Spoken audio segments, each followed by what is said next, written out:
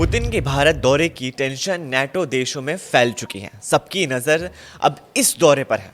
Britain, France और Germany जैसे महाशक्तियों ने आरोप लगाया है कि पुतिन यूक्रेन से युद्ध खत्म करने के लिए गंभीर नहीं दिख रहे हैं।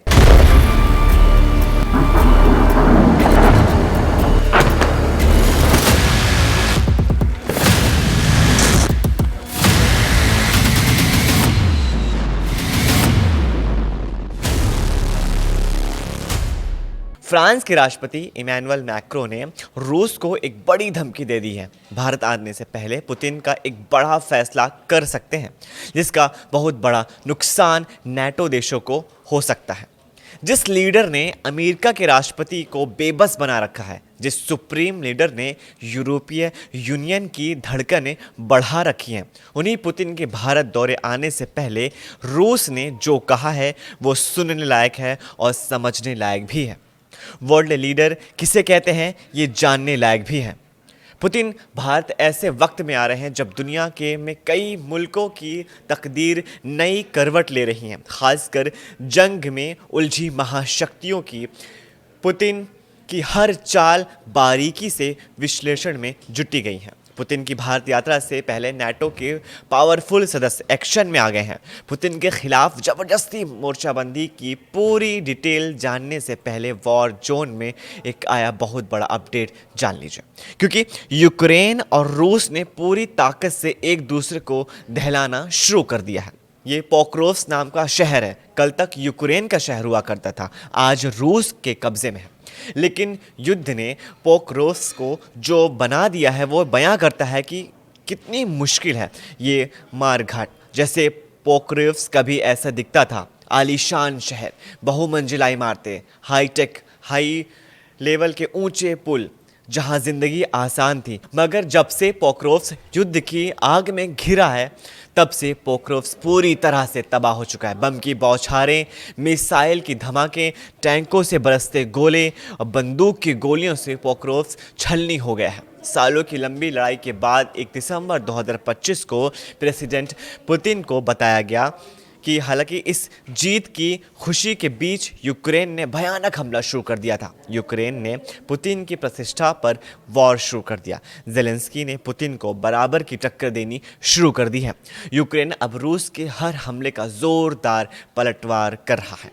काला सागर में ये खौफनाक हमला यूक्रेन ही ने किया है, जिसकी ब्लैक भी शीर्ष टर्मिनल को बमबारी कर यूक्रेन ने बर्बाद कर दिया। यूक्रेन के इस हमले के बाद कई देशों में कोहराम मच गया, क्योंकि कैस्पियन पाइपलाइन कंसोर्टियम ने कहा कि उसने काला सागर पर अपने रूसी टर्मिनल पर एक mooring को यूक्रेनी लेवल ड्रोन हमले से काफ़ी नुकसान होने के बाद ऑपरेशन रोक दिया है।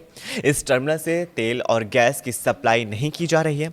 इससे हर दिन करोड़ों डॉलर का नुकसान हो रहा है। यूक्रेन जानबूझकर रूस की ऑयल रिफाइनरी को और क्रूड ऑयल टर्मिनल पर हमला कर रहा है, ताकि रूस की अर्थव्यवस्था के लिए इनकम के सबसे ज़रूरी सोर्स में से एक को कमज़ोर किया जा सके। उधर फ्रांस के राष्ट्रपति इमैनुअल मैक्रों ने पेरिस में मुलाकात के बाद ज़ेलेंस्की ने आरोप लगाया कि रूस अपने सभी वादे तोड़कर दुनिया को धोखा दे रहा है और दुनिया को धोखे में रख भी रहा है। रूस ने पहले भी कई बार अपने वादों का उल्लंघन किया है, हर समझौते का उल्लंघन किया है, और रूस के लिए शांति को नष्ट करना एक बहुत आसान तरीका है। इसके लिए यूक्रेन के लिए हम सभी के लिए मजबूत सुरक्षा गारंटी की आवश्यकता है, ज़रूरत है। ज़ेलेंस्की से मीटिंग के बाद फ्रांस के प्रेसिडेंट इमैनुअल मैक्रों ने साफ कर दिया है कि रूस के साथ शांति बातचीत में सिर्फ यूक्रेन ही अपने इलाकों पर फैसला कर सकता है, जबकि ट्रंप के शांति प्रस्ताव में यूक्रेन का बड़ा हिस्सा रूस को देने का सुझाव है।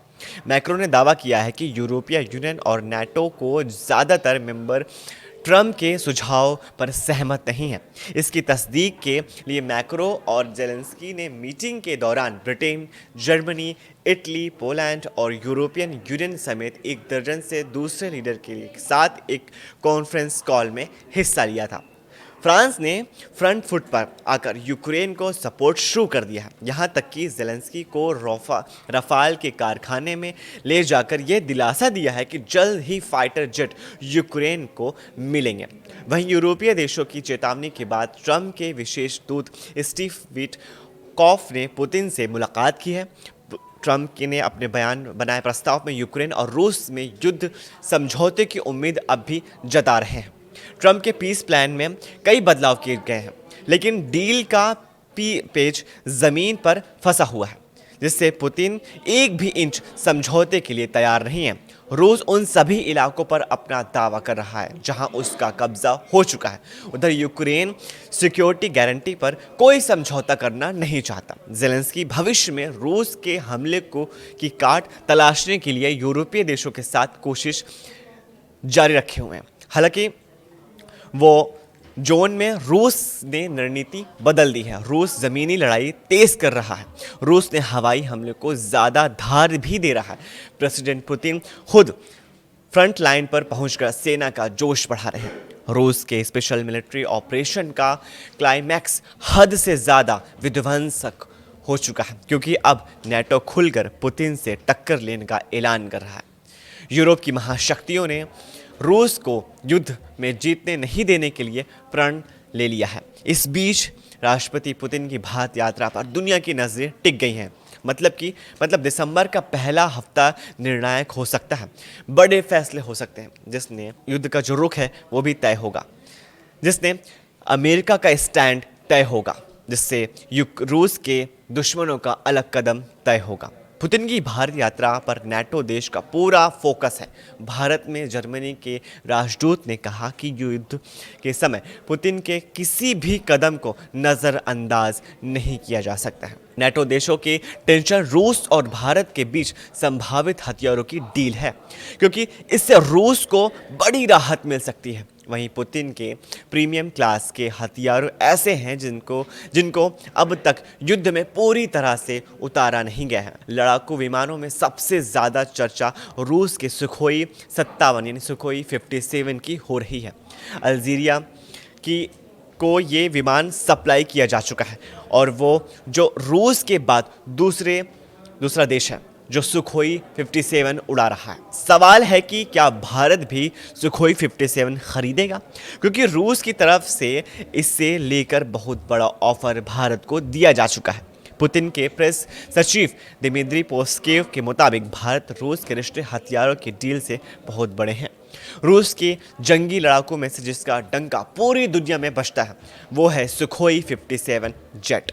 सुखोई 57 एक 5वां पीढ़ी का स्टेल्थ फाइटर जेट है जो रडार की पकड़ में नहीं आता है। रडार सिग्नेचर कम करने के लिए इसके एयरफ्रेम को अलग तरह से डिज़ाइन किया गया है। इसमें रडार तरंगों के लिए ख़ास कोटिंग है और इससे इंजन नज़ोल भी अलग तरह से डिज़ाइन किए गए हैं।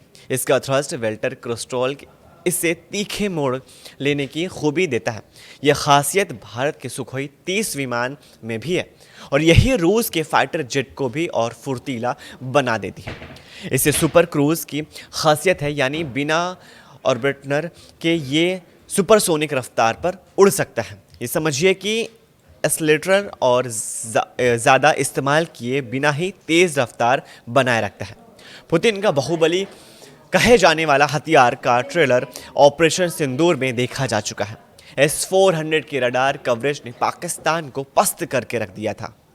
हथियारों से अलग जब भी प्रधानमंत्री नरेंद्र मोदी और पुतिन मिले हैं, नई मिसाल बनी है। रूस और भारत के रिश्तों का नया मुकाम दोनों लीडर ने दे दिया है। पुतिन दिल्ली से ट्रंप को एक मैसेज भी दे सकते हैं। पुतिन यूरोपीय देशों को दिल्ली से अपने अलग कदम का सिग्नल भी दे सकते हैं। वहीं प्रधानमंत्री नरेंद्र मोदी पुतिन के ग्रैंड वेलकम के साथ भारत रूस का 23वां सालाना शिखर सम्मेलन भव्य और यादगार बनने जा रहा है।